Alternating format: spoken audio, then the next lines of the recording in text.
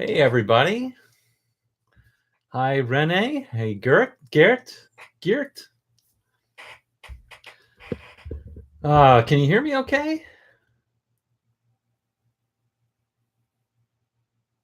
Uh-oh.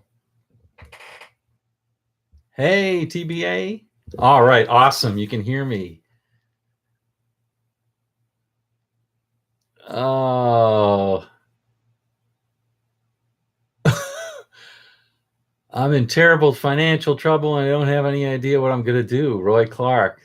That's a relief. I thought for a minute you'd get the idea to ask for it from me. That's funny. All right. Cool. Hey, it looks like we've got a couple of people on today. We're going to do a couple of things about Roy Clark. I think by now everybody knows Roy Clark died, which is a bummer. He was a staple of many of our childhoods. And in turn, watching him on Hee Haw, at least that's what I did. Hey, El Rondo, good evening from Germany. And let's just say hi to everybody. So Renee, Geert, TBA, El Fermi. Hi, everybody. The El Rondo. Good to see you on again. Matt. Awesome. Always, Matt. Good to hear you. Tony. Good morning to you too, Tony. Dan MCG 1024. Got that. What is that? 2 to the 5, 6, 7, 8th, 9th power. 2 to the 9th power. All right. Anyway, Robert Mason. Thank you, Robert. Love that. 2 Bike Mike. Hey, hello, everybody. Hey, while we're waiting just for a second, I want to show you something that is a project of mine. I've never built a guitar before, but hey, here you go. Look at this. Not too shabby. It plays like absolute crap, so I'm gonna have to. It's gonna be a while before I do that, but got this together. It's not a kit. I put it together. I did not build the body and the neck. The neck I bought and the body I bought, but everything else is fine. Did the electronics and all that, and screwed up the bridge. So learned a lot. Learned what to trust in terms of hardware. Oh, wow. Anyway, so at some point, we'll even play this maybe. But it's definitely not ready for prime time yet. So anyway, that's my project over the Hanukkah, Christmas, Kwanzaa, whatever, Festivus break. Anyway. All right, so we're going to do a little bit of a tribute to Roy Clark. I've got out my acoustic, and we'll do a couple of things that I have not done anymore in a long time. Number one is I'm going to subject you to my singing. Oh, my God. So just to tell you all, I'm actually starting to gig out again, and it's a very gratifying set of gigs, and I'm getting together my sets, and a lot of it is acoustic music. And the reason why it's gratifying is I met somebody on a plane who said they really needed music. And so I said I'd do it. And what they do is they're a program director at a nursing home. So I'm going to be doing a bunch of music for nursing homes. So I'm pretty excited about that kind of stuff. It's a good way to give back to the community, and I could do it with music. I don't know. So I know it's not playing rock and roll gigs. I get it, but it's pretty gratifying anyway. So, 2Bike Mike, you have some telebuild vids. Okay, I'll check that out. Maybe we can talk about it after we do the Roy Clark stuff. Definitely. All right. Yeah, I'd love to hear it. I mean, basically, I've got to not refret it, but I've got to level the frets. And yeah, and that's basically it. I got to move the bridge. I screwed up on the bridge. Oh, well. So I got to figure out how to do that again. All right, well, let's do it. So I'm gonna subject it to my singing voice, and then also we'll try an old staple of mine that I haven't tried in a long time. Okay, so here we go. First one, I'm guessing many of you will probably recognize. I'll try and do my best. Learned it this morning, so.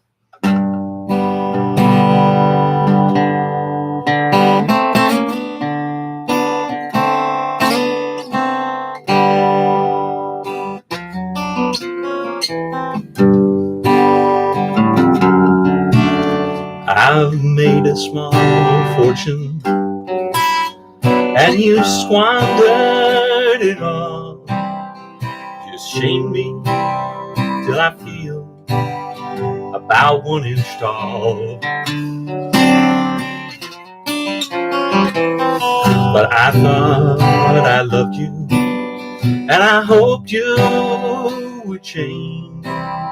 So I gritted my teeth and didn't complain. Now you come to me with a simple goodbye. You tell me that you're leaving, but you don't tell me why. Now we're here at the station, and you're getting old, and all I can think of is thank God and Greyhound you're gone. Thank God and Greyhound you're gone. Didn't know how much longer I could go on, watching you take the respect out of me, watching you make the wreck out of me. Big diesel motor is playing my song. Thank God and Greyhound you're gone. Thank God and Greyhound you're gone. My mind got lighter when you got on that shiny old bus. Full sight down black smoke over the tail lights. It may sound a bit cool, but I've been traveling too long. Thank God and Greyhound you're gone. Thank God and Greyhound you're gone.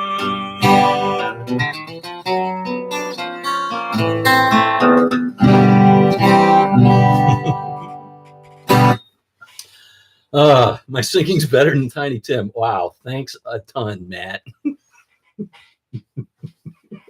All right. I always loved that song. I can't pull it off like Roy Clark, but man, what a great song. Huh? Classic. All right, let's try this one now. This one I'm going to lower this a little bit. It's going to take a little more difficult. See if I can angle this and see all the boxes there that I've got. Those are going to go away, and I'll clean up the room. All right, let's see if we can do this. Boy, this has been a long time to do this one. I used to play this a lot when I was a kid.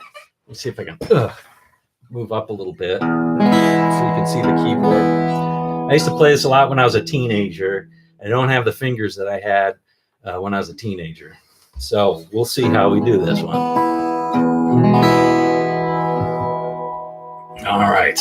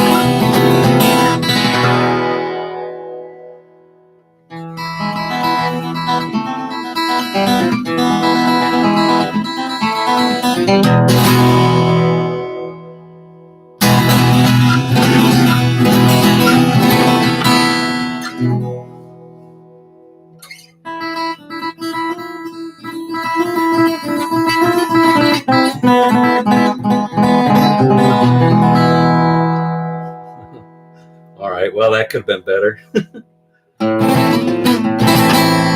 Here we go.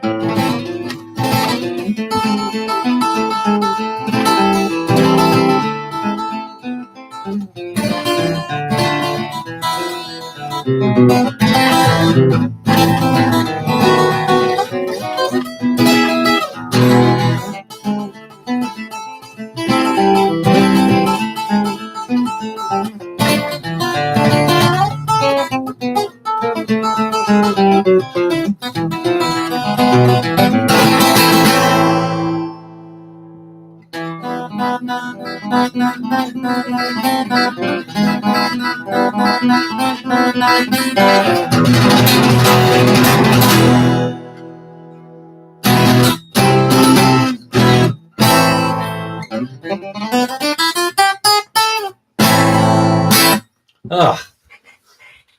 there we go. All right. Well, I haven't done that one in a long time. You can teach me the correct finger strumming to do the rolls. Yeah, I don't know if I don't like that stuff. Like the pick stuff, just like Roy Clark did. All right. Yeah, that's fun stuff, you know. Anyway, yeah. So that's it for the Roy Clark stuff for today. We'll put this away. And I do remember Roy doing that one on The Odd Couple. He did stuff that was a little bit different up the neck. And I know one version of that in and you know, that's all kind of like there's some of it that's improvised and some of it that's not. It's all kind of put together. You got that harmonic minor stuff, which is kind of fun. And yeah, and I'd like to do it with a pick. I mean, there's ways that you can do it with pick and fingers too, and I've done that too. But I just felt because it was Roy Clark, I'm going to do it with a pick because that's how he did it. He never used the finger picking or anything like that, to my knowledge. He did on banjo, but I don't think he ever did on guitar. He's always a pick style player. So that's what I've seen. Yeah. Yeah. Yeah, on The Odd Couple, that was pretty cool stuff. But I know one version in this one's in A minor or A harmonic minor, which I think is the classic one. If you listen to Montoya, you know, the old Montoya the flamenco records, they're typically in that. But I know one in E minor as well. It is kind of different. It works. It's kind of good. It's got that instead of, you know, hitting the B7 instead of the E7 on that flavor chord, which is kind of cool. So, yeah. Oh, yeah, for sure. Yesterday When I Was Young. Yeah. Some other great songs from Roy Clark. So Yesterday When I Was Young is a great one. And that was a huge hit for him.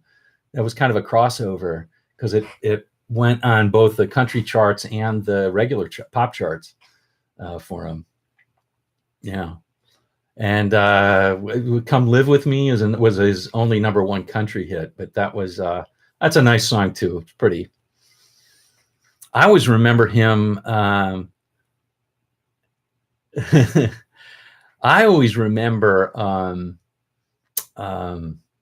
him doing 12th Street Rag. So Roy Clark's version of 12th Street Rag. I can't remember how that goes anymore. It's something like.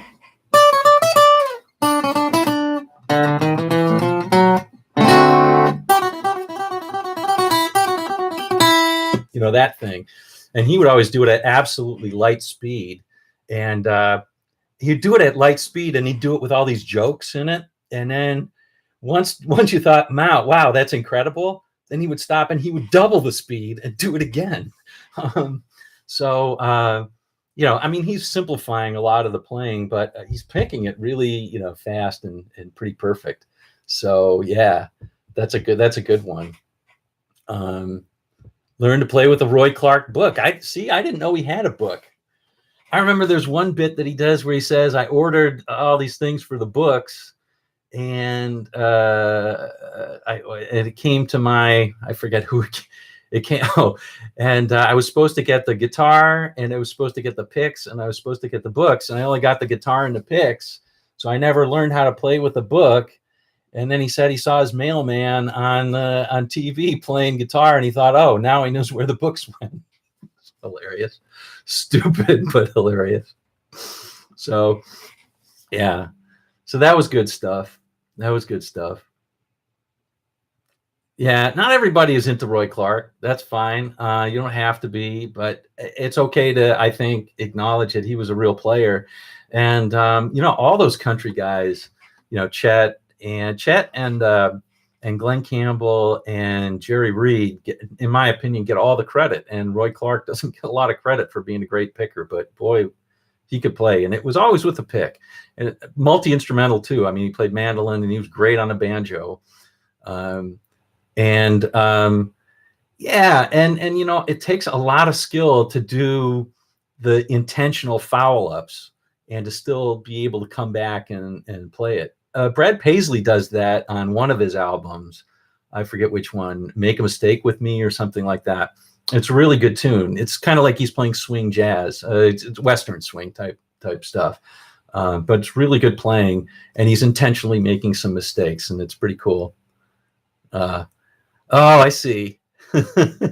He wasn't popular in Germany. That makes sense. That makes sense. I mean, many of us in America grew up with them, and I'll just tell you straight. I mean, if you were a teenage boy watching Hee Haw at that time was like a good thing. So, it was a different time in society for sure. But Interview with Buddy Rich, no kidding. Yeah, Buddy Rich hated country music. He was, there's a great joke with Buddy Rich. His drummer apparently called up the day after Buddy Rich died, called up his house, and his widow answered. He said, "Hey, can I speak to Buddy?" And she said, "I'm sorry, Buddy died." And he said, "Oh, I'm sorry." Hung up. Next day, called again, and his wife answered. His widow answered and said, "I'm sorry, Buddy's not home. He died." And the drummer said, "Oh, I'm sorry." And then the third day, he called up and he said, "Hey, can I speak to Buddy?" And the wife said, "Hey, this is the third time you've called. Look, he's dead. Why do you keep calling?" He said, "I know he's dead. I just like hearing it. I just like hearing you say it." Buddy Rich was a great drummer, but he was not a very nice person. So, but yeah, he hated country.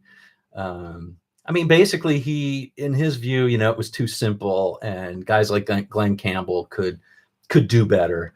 And I understand his point of view, but I think it's a little bit arrogant. I mean, I think in some music, simplicity there's a lot of beauty in simplicity. So, and I think Glenn Campbell achieved that a few times, more than a few times. And if you look at the Chet Atkins stuff, it's not all real simple. When you could maybe say the same thing about Tommy Emmanuel, and that stuff is, I mean, he's as good a player as you're ever gonna hear.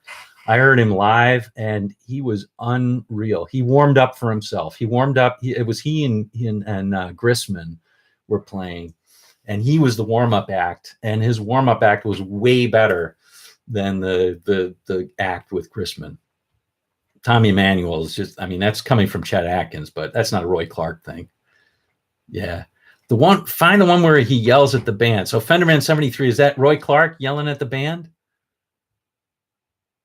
Yeah. Yeah. Yeah. Yeah, that's a good point, Al Fermi.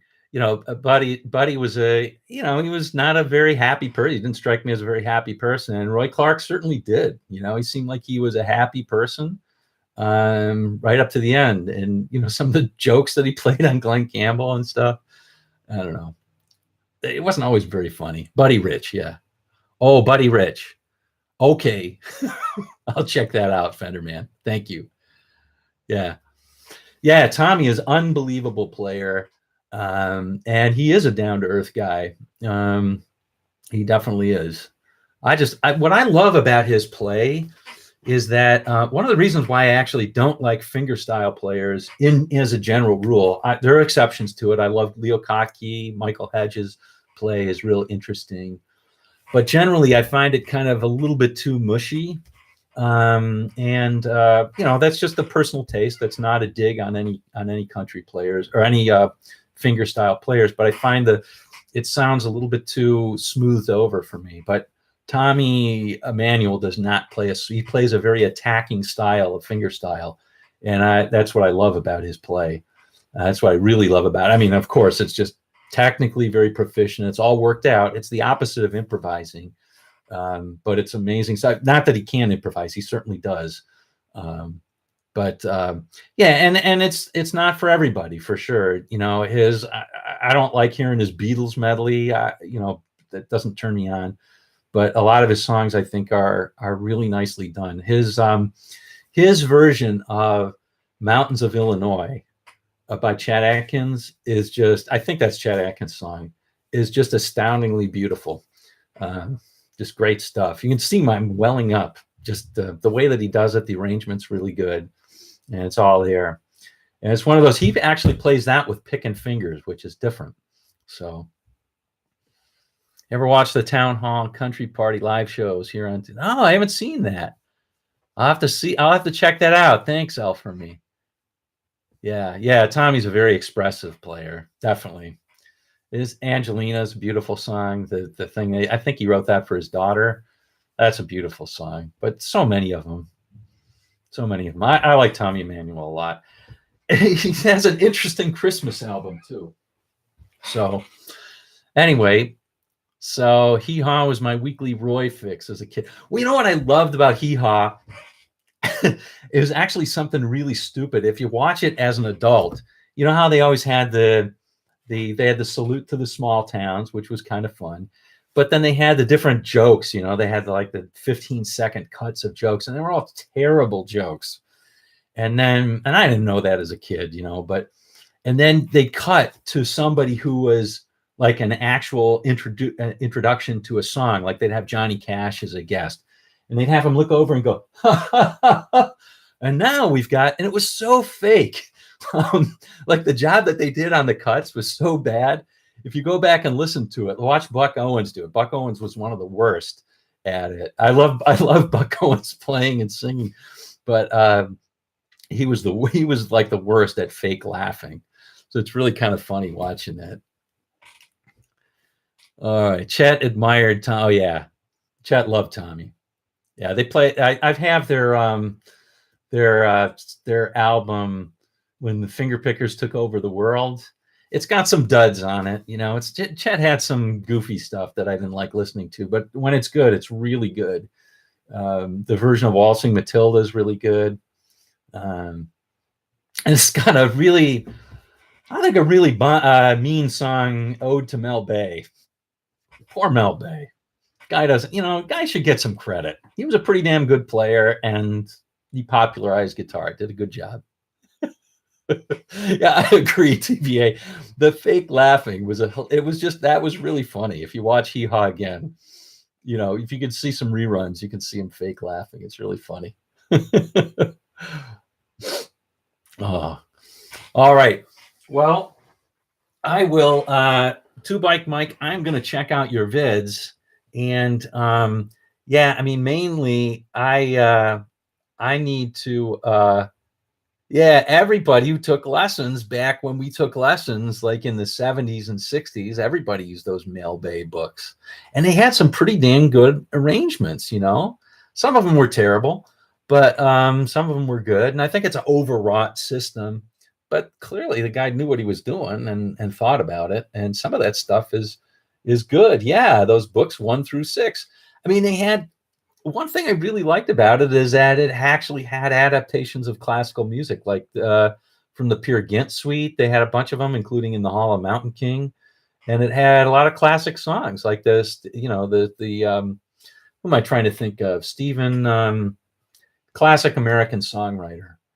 I Dream of Jeannie with the light brown hair, and Camptown Ladies, and what's it? Stephen Foster. That's it. Had a bunch of Stephen Foster songs. Accidentally bought a Mel Blanc book. That's pretty funny.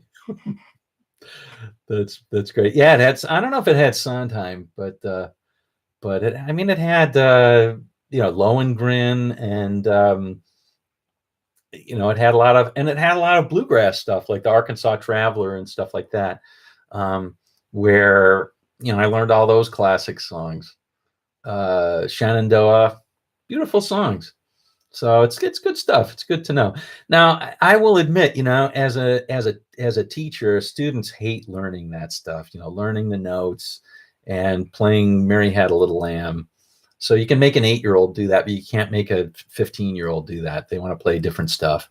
But anyway, it's a good basis for things. Bay rules. All right. Mel Bay rules. Yeah. There's a story, I'm sure it's totally ridiculous, about some chord that Jimi Hendrix was looking for, and he called up Mel Bay. I'm not kidding you. I heard somebody tell a story like this was somehow real. And there's no way it's real, but I heard somebody telling it like it was real. And I was like, come on, man, that can't be real. Jimi Hendrix wanted to call up Mel Bay because he wanted a chord. And supposedly it was that Hendrix chord, E7 sharp 9, you know.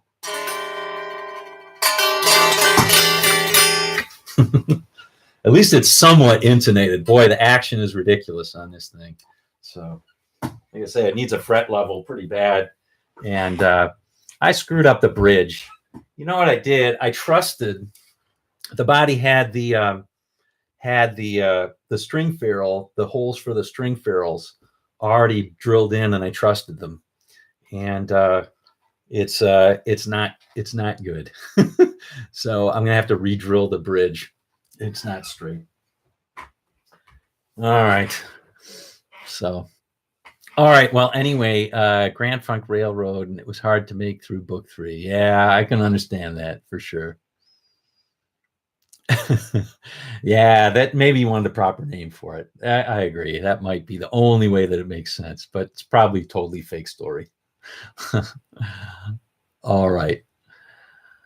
Okay, well, hey, anyway, gang, it's 27 minutes in. Thank you so much for joining me today. I hope you enjoyed it. I hope I didn't offend you too much by using my voice. And at least Matt said I sounded better than Tiny Tim, so that's something. And I hope you enjoyed Malaguena. I haven't played that one in many years, so it was good to kind of warm it up again. And that's it. All right. Yeah, we'll do. Well, I'm going to be doing a lot more, and I'm going to get my singing voice into shape. And not that I'll subject you guys to it all the time, but you know, I get to sing a lot of these old songs because I'll be in the nursing home singing with people. So that'll be a lot of fun. I have to tell you, you know, of all the gigs I've ever done. And this is no joke. I mean, this is 100% real. A friend of mine many years ago, he asked me to play at and I mean no offense to anybody. I am not Mormon, okay? I'm not a member of the Latter-day Saints, but he was, and he said, "Mark, I want you to play at a Mormon singles party." So one of the things in the Mormon church is they push pretty hard to have people marry, and they put a high importance on that. So the singles group. And then he told me later, when I got there, I said to myself in the brain here, I said, when I walked in, I said, Mormon singles party. It seems more like this is Mormon seniors party, because everybody was, you know, in their 60s. I mean, I was a younger man back then. But I played a whole set, and I played a bunch of train songs. And I have to tell you, I have never had a better audience ever in my life. They were all enwrapped and totally into it, and all clapped and stood up and danced. It was just lovely. It really was. And they asked me to have dinner with them afterward. It was just lovely. So I'm looking forward to more stuff like that. Hopefully get another experience or two. Play some BTO. Is that right? Randy Bachman is Mormon. I did not know that. It has to, you know, there has to be number. Why not? You know? All right. Okay. Well, hope you all had a great Thanksgiving. And to those outside of the U.S., I hope you had a great Thursday, Friday, Saturday, and Sunday. We'll see you. Have a great rest of the day. And thanks again for joining me today on our live stream. We'll see you on down the road.